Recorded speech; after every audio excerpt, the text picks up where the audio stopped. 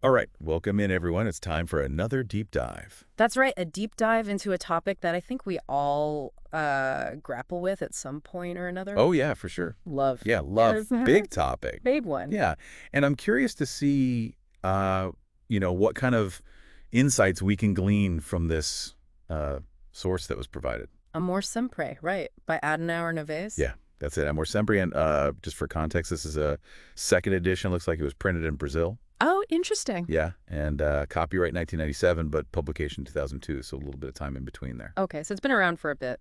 Yeah, and the proceeds actually go to a good cause, Venezuelan La Harmonia. Oh, that's great. Yeah, A love always for a good cause. That's kind of cool. yeah. So I think our mission today is to really try to pull out what the core understanding of love is, according to this book. You Yeah. know, how many different forms does it take? What is it? What's its significance in terms of your own personal and maybe even spiritual growth? And how can we benefit from understanding these different forms of love better? Exactly. Yeah, that's what we want to do is distill this down into something that's both insightful, but also, that you walk away being like, oh, I can actually use this in my life somehow. I feel like that's the goal with all these deep dives, right? It's not just about knowledge, it's about application. Yeah. So with this theme of love always, where does the book even begin to define something so vast? Yeah, so they start with the foundation, like the very bedrock. And it's this idea that love is the fundamental driving force of life itself. Wow. So like even before anything else, there was love. Yeah, it says, wherever a being goes, love has preceded it. Hmm. Interesting. And they refer to this as excelso amor. Excelso amor. Okay, I'm assuming that means something like supreme love or something like that. Yeah, like supreme love. Yeah, and it even goes so far as to say God is love. Yeah. Like it doesn't shy away from the big picture So it's really making a strong statement right from the start. right out the gate. Yeah, and it doesn't just stop there. It goes on to explain how this love, nourishes everything, maintains this universal balance, and extends infinitely. So it's not just like this, concept out there. It's very active. It's very much a part of, the fabric of everything. It sounds like they're portraying love as this almost energy that underpins all of existence. Yeah, like a pervasive energy that we're all kind of like swimming in, but maybe not fully aware of. Yeah, I can see that. And they give this really vivid example or analogy, I guess you could say, using the natural world. Oh, that's cool. I always find that nature metaphors help me grasp big concepts. What do they say? Yeah, well, they talk about like the rustling of leaves and the sounds of nature that we hear all around us, the songs of streams, blossoming flowers, the chirping of birds, the sounds that animals make. Wow, they really run the gamut. Yeah, and it's all described as this constant hymn of praise, Yeah. a manifestation of this inherent love that exists in the universe. It paints this picture of a world that is just saturated with love. It's like we're surrounded by evidence of it, but we're just not tuned in. Right, and that's where the book kind of hits on, I think, a really, important point that I think resonates with a lot of people. It's this idea that our human emotional fragility often prevents us from actually fully experiencing this deep love that's underlying everything. Oh, that makes a lot of sense. We get so caught up in our own heads, our own dramas, that we miss the bigger picture. Totally, and that's where this sense of feeling lost comes in, or lacking a sense of inner peace. So are they suggesting there's a solution to this? Like, how do we bridge that gap between the love that's all around us and our ability to actually feel and connect with it? Yeah, and that's where they introduce this thing that they call a trilogy of love. Okay, a trilogy of love. So 3 parts. What are they? Yeah, so there's love for God, love for life, and love for oneself. Love for God, love for life, and love for oneself. And they attribute the synthesis, they call it, to Jesus and Right. say that it's really the reason for our existence, the core of it. Interesting. So they're saying these 3 types of love are intertwined, not separate. Exactly. It's not like you can just pick and choose which one you want, They're all part of this interconnected whole. But how does that work exactly? How do those 3 link up? I mean, you could argue that you can love yourself and love life without any belief in God, right? Yeah, and the book kind of addresses that. It implies that to truly love God, you have to appreciate and love the life that God has created. Okay, I see that connection. And crucially, you can't really fully embrace either of those without having a strong foundation of self-love. So self-love is like the base upon which the other 2 can flourish. Yeah, it's like the root system. And from there, the book goes on to explore all these different facets of love. Yeah, it gets really into the weeds. Like what kind of stuff? Well, you look at the index, and it's like this map to all these different landscapes of love. That's cool. So what are some of the stops on this love map? Well, we're talking about spiritual love, obviously the love within families. Love as a means of communication. So like love as a Love language? as a language, Mm. yeah. And this idea of enduring love, they have this term, Amor Sempre, Mm-hmm. which is like love without farewell, hinting at, this love that transcends even death.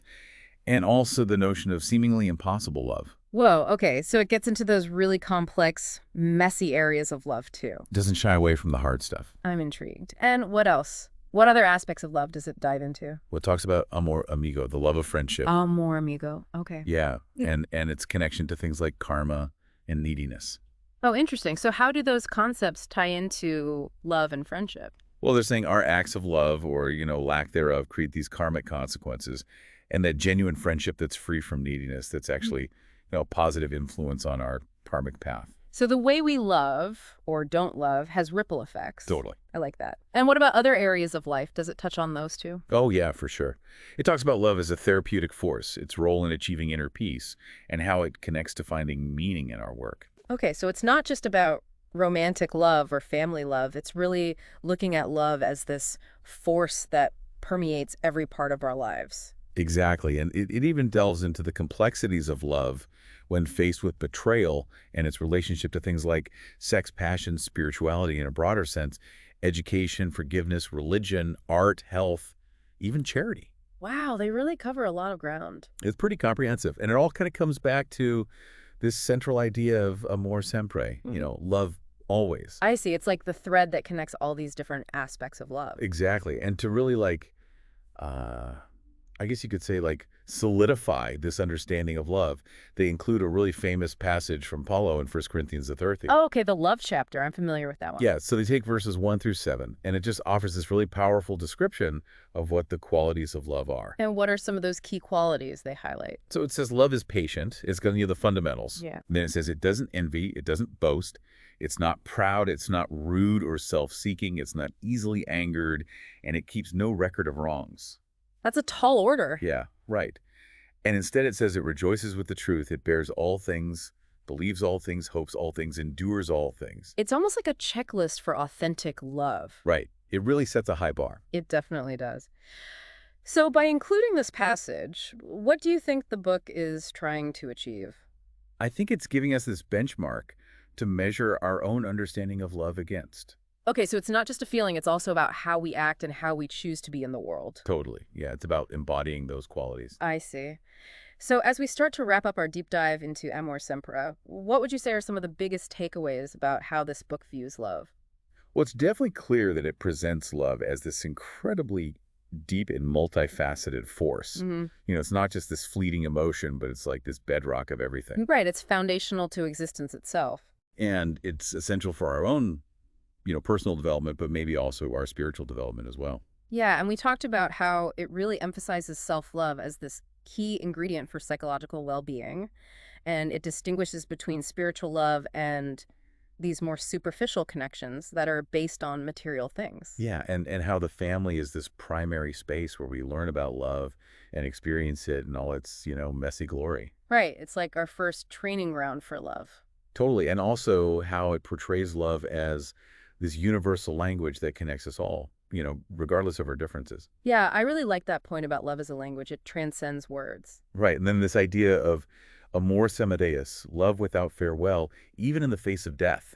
It makes you think about the enduring nature of love beyond just our physical existence. It suggests that love has a power that goes beyond the limitations of our physical lives. Yeah, and the book's exploration of impossible love, I think it's really insightful for learning how to set healthy boundaries and understand our own self-worth. That's so important.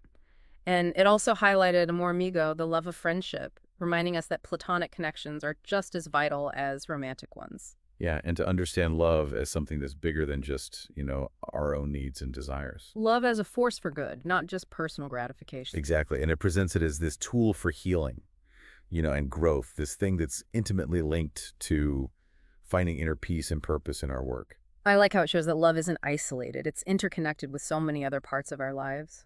Yeah, it touches on intelligence, creativity, as expressed through art, physical health, charity, education, the whole spectrum. Wow, so love is woven into the very fabric of who we are and how we experience the world. It really seems that way. Yeah. So as you go forward, thinking about the ideas in Amor Sempre, I think it's worth considering this question.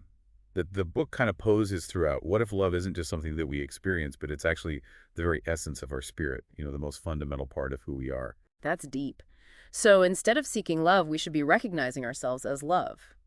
Yeah, and the book seems to suggest that coming to know ourselves as beings of love, that's like the ultimate aim of this whole journey of life. It's a profound shift in perspective to see ourselves not as lacking love, but as embodiments of it. Exactly. And to build on that, the book also has this perspective that true love, it doesn't demand reciprocation.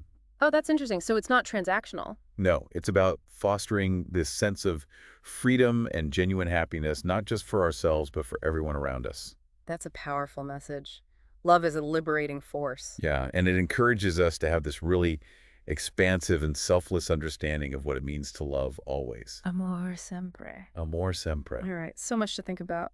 Lot to chew on. Yeah. I think I'm going to have to check out this book myself. Yeah, me too. Really fascinating. Thanks for joining us. Until next time. See ya. Bye.